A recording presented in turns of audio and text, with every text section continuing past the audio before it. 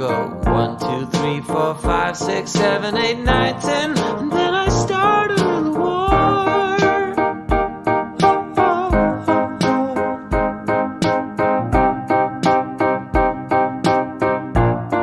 Yeah, I started the war. All right, welcome to another episode of Landlord Wars, episode number 4. Having a lot of fun. Going to dive into some more property that we've bought over the years. Again, as always, no addresses, no names, no keeping everything really, just clean and fun.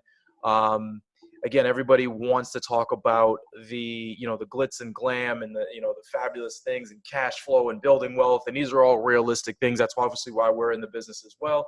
But Landlord Wars is obviously all about bringing you real war stories of us, in the trenches, battling it out, and some of the things that we've experienced and some of the things that we've seen. So today we're going to talk about D3. D3 was a very interesting story, but I'm going to let Lior lead off and kind of give you his experience, where we bought the building, and how we've come into dealing with this particular tenant. So D3 was a good one. So as an overview, this was actually part of a portfolio sale that we did with E1, 2, and 3, which we covered in the first 3 episodes. So these were 2 buildings we bought from the same landlord.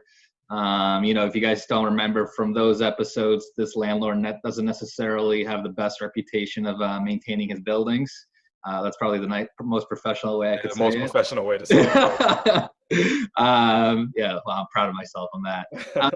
But anyway, so yeah, these were tougher buildings. On this building itself, we also inherited 3 tenants. This D3, this unit number 3, she was by far the lowest paying tenant. I mean, I think she was paying maybe like $1,100, and market value was like 26. So it was like very, very low. And one of the things we quickly realized with this building, probably almost from day one, is this building had a pretty big rodent issue. There was mice, there was actually cockroaches, which was quite disgusting. Again, that's probably the most professional way I can say that. Willie can give you guys some more details on that. Yeah, I'm gonna be a little bit less kind with the words, but go ahead.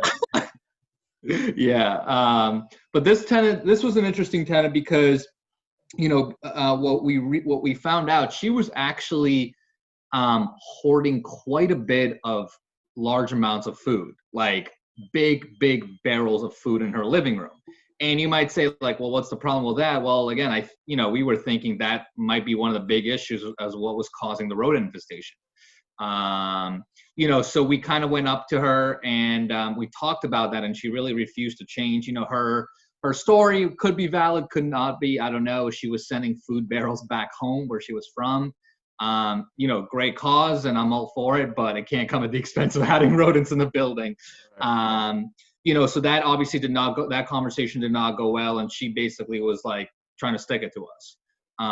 And because of that, we essentially had to go down the formal eviction path. No, very, very interesting, situation. Again, nice, seemed like nice enough woman, nice enough cause. She had, big, huge barrels of plastic food. I don't know whether it was dry food or perishables or what, but I never looked. Yeah, she was, like I said, and this is not to sound disrespectful, anybody who's from, the Caribbean, anything like that. I think that's where she was from. She was trying to send food back home, but the problem was that she was just basically just kind of keeping it and maintaining it in her apartment in these big, massive barrels. And Lior put it nicely to say that we had a rodent problem. It was a infestation, and it was something that we probably should have noticed. I don't know if we had access to Unit 3 during the initial walkthrough. I think maybe we probably did, and probably still tried to pursue it, but it was, probably, we'll talk about it in another episode. There's only one other time where I've had, a bigger roach problem, where they literally greet you at the door and fucking just kind of look at you and just say, hey, yeah, we're here, and we don't pay rent. And the problem that you have really is not just her particular unit. It's because, you have other people in the building who are, obviously bothered by this as well. We have a 3-family. She's on the 3rd floor. If she has roaches, there's a good chance that the second or first and second also have the same issue. So it wasn't really, mainly about the money, the financials. It was mainly about getting her out of the building to clean up. And I can tell you that almost 2 years later, I'm just now breathing a sign of relief that, like I said, I used to think every day that there was, anytime I got a call, it was more or less, I wasn't worried about heat. I wasn't worried about a roof leak. I was worried about, hey, we have this issue. And we had, a pretty good, pest control company that we would work with on a regular basis. And, they had told us, every time we go into a hut, we can go out there and we can charge you $200 for this treatment. We can go out there and charge you $300. We can spray, we can use gel, we can use, bait. It's not going to solve the issue. If you have this big source of food, just sitting there for these, particular pests, they're going to keep coming. And it caused all types of problems for the children downstairs in the units and the other. Yeah. So it was a massive headache. But then, like I said, we eventually got her to a point where, we had to get her out of the building. We had multiple complaints with the city, ourselves, and everything else from other tenants. And then, Lior, I'll let you, kind of explain what happened once we got to eviction court eventually. So. Yeah. So, like I said, we had to, fortunately or unfortunately, depending how you look at it, we had to go down the formal eviction path where we hired a specialized eviction attorney. If you guys are not from Massachusetts and you're from out of different state, Massachusetts is probably one of the, if not the most, one of the most tenant-friendly states in the country. Yeah. Evictions here, on a good day can maybe take you half a year. Typically longer than that, usually probably 8-9 months. And this one took right about that. It took about 8-9 months. But we were actually hit with a pretty nasty surprise. And this was our first formal one. And what you're technically supposed to do in an eviction is when your attorney goes to court, she's obviously supposed to put all the tenants that occupy the building. Now, one of the issues, again, that we kind of didn't know was when we bought the building, obviously this was, like I said, this wasn't the most professional landlord. We didn't really have all the leases and everything and all the names of the people living in there.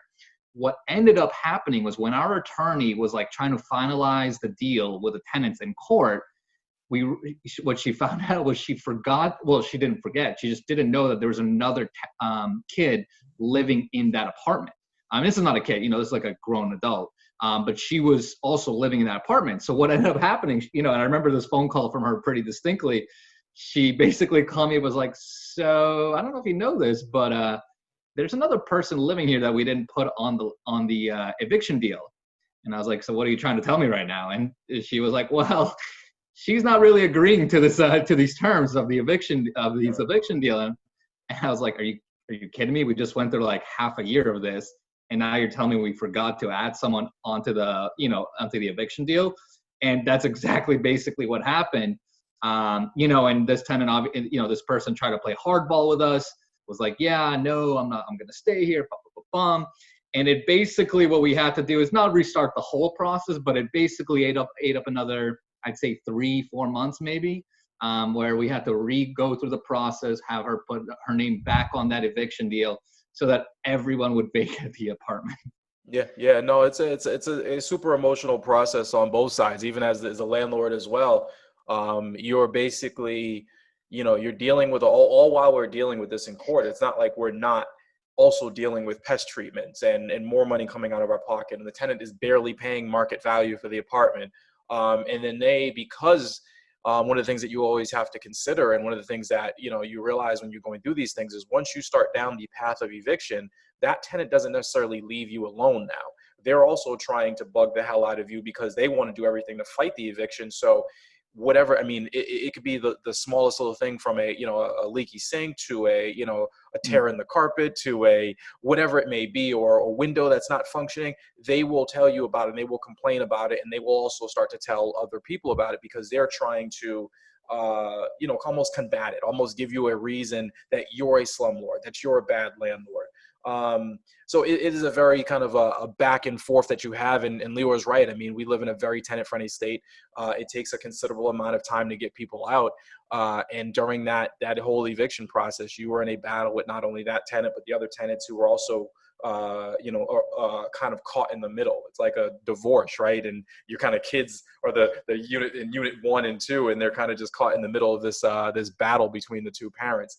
that are trying to separate right now. So very interesting, situation to deal with. But again, we like to land or finish everything with kind of, what we learned from the process. And I'll go, first. I mean, for me, just obviously the obvious one is make sure that when you're going through eviction court, you have everybody, that's an occupant in the building, on that lease, to make sure that, like I said, you're making sure that you're evicting everyone. Two, is this the same lesson from, prior buildings, watching who you're buying the building from. We looked more at the sales price, and thought it was a quick cleanup. These two buildings, E and D, were in pretty rough shape. They're pretty rough shape in terms of, like I said, not only just the building condition, but the occupants as well, and the way they cared for the building. And it is a process to come in and change the culture. Most of the time, we bought a building just recently, and we went above and beyond to make sure that building was vacant, because, like I said, changing the culture of a building, so especially when somebody's been there. I think D3 had been there for 10 years or something like that, if I'm not mistaken, a long time, right? So trying to come in as the new guy in town, takes a lot of energy and a lot of time to really turn them over. Don't get me wrong, I think Lior would agree.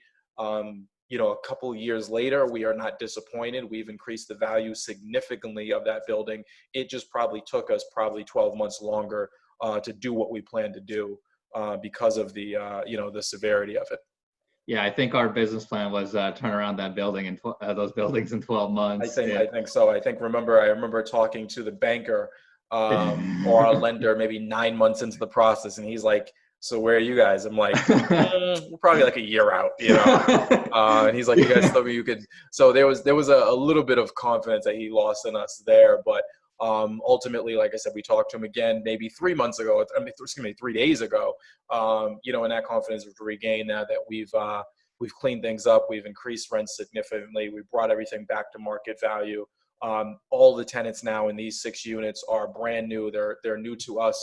And like I said, creating that higher standard is a little bit easier now that, like I said, we've been, kind of the sheriff in town from day one. So, yeah.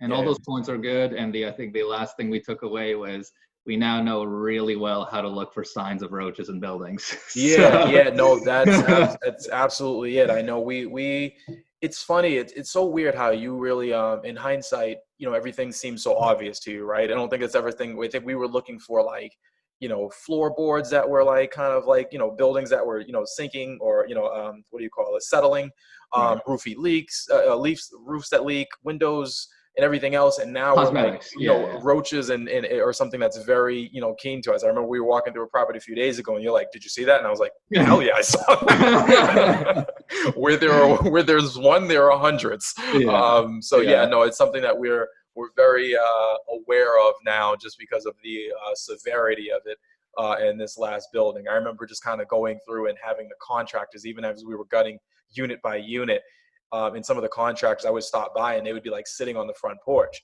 and I'd be like, "So what's going on? You on lunch break?" He's like, "No, I just had to get out of that unit for a couple of minutes. It was just awful."